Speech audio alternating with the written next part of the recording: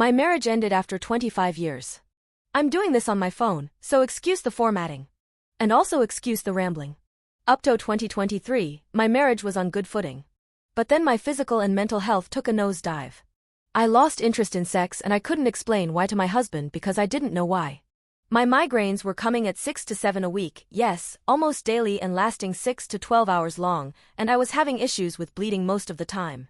I have several other medical obstacles, and I am considered disabled by Social Security. I closed off thinking my husband didn't want to hear about my petty complaints. Housework became his responsibility as well as cooking dinner on top of working full-time. I can't work due to my physical and mental health. He was overwhelmed and asked if I could cook dinners again.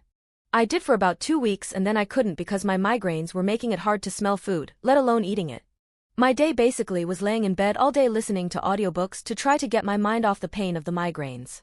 Then at the end of May I had a needle biopsy of my thyroid come back abnormal, most likely cancerous, and that made me spiral more. That's when I got a text from an angry husband telling me that my husband was seeing his wife. This happened within a few days of finding out I needed to get my thyroid out. It was not a good week to say the least. I immediately confronted my husband with the text and he confessed it true. I thought it was only an emotional affair but he said it became physical back in April when he went on a writer's retreat with several people, or so I thought. It turns out it was just her and my husband. I completely lost it and was sobbing in his arms. This was not his first affair. I asked him to break it off and go into counseling with me, but he said no. He cared for her and didn't want to lose or hurt her. This was a major blow to me. I had been seeing a therapist for a while, but she retired. So a week before I found out about my thyroid I started seeing a new counselor. On my second appointment with her was a mess. I told my counselor about my thyroid and of my husband cheating. We had just celebrated our 25th anniversary before I had found out. I started having suicidal thoughts and told her about them. I even had a plan to carry out the suicide, involving ODing on one of my meds. She urged me to get a lockbox for that med and give the keys to my husband. He still loves me, but was not in love with me anymore. Our 15-year-old son, and I talked about the drug issue and it was decided for my safety that either my son or my husband would portion out the day's worth of med about an hour before I was due to take it. We didn't tell our son the exact reason why it needed to be controlled because we didn't want to alarm him. I was spiraling down fast at this point. I stopped going to my water aerobics class and became a recluse. I didn't want to see anyone. It was hard for me to focus on conversation so I lost interest in talking at all.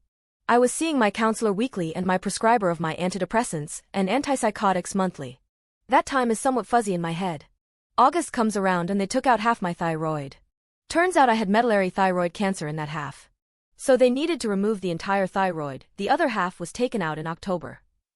That side was clean, thank goodness. They had caught it before it could spread outside my thyroid. My husband started driving to see his AP on a biweekly basis. We didn't tell anyone, not even our son, for a while. We tried to keep things normalish as to not upset him. My husband and I decided to remain friends at least and he wanted a divorce. We broke the news to our son in December about us splitting up but he was the only one to know. My parents aren't the most forgiving people so we wanted to keep the news from them for as long as possible. My relationship with my father is rocky at best. My counselor and I were talking on a weekly basis at this point, trying to reason with me that killing myself isn't the answer. I knew I didn't want to die because of our son, but that was the only reason I could even rely on. Everything was just falling apart around me. My husband moved out of our bedroom in December, so I was sleeping alone. And crying myself to sleep almost every night. We would talk about his day in general and about our son, but that was about it. When my depression would spike and I was feeling very suicidal, at one point I tried to find the key to the medicine safe, he would talk me down. I still don't know if that was a good thing or bad thing. AP lives 8 hours from us. So every other weekend he would drive to see her. She filed for divorce a week before they met IRL in April, and in her state you have to be physically separated for a year before the divorce is finalized. Her ex is in bottom and kept harassing me and my husband. So a year after I found out, May 24, my husband says he wants to move in with AP so he needs to get a job there. I tell him I cannot stand to stay living in our townhouse as it has too many memories. He suggested I look for another apartment that our son and I can live in after he moves. We did just that. He started working his new job the week after we moved to a flat. July 24, just before we moved, we had to put down one of our cats. She was fading, and we didn't think she'd survive the move, plus she couldn't walk or use the litter box on her own. Moving seemed to help my mental state. I'm not having as many panic attacks or psychoses, hearing voices that aren't there. I'm able to do some of the housework myself, cooking, vacuuming, keeping the kitchen wiped down, my bedroom, and my bathroom.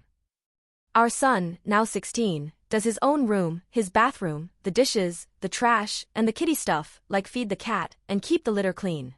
We are currently working on a dissolution on our marriage. Since we don't have much, just a car, really, and our son, there isn't too much to split.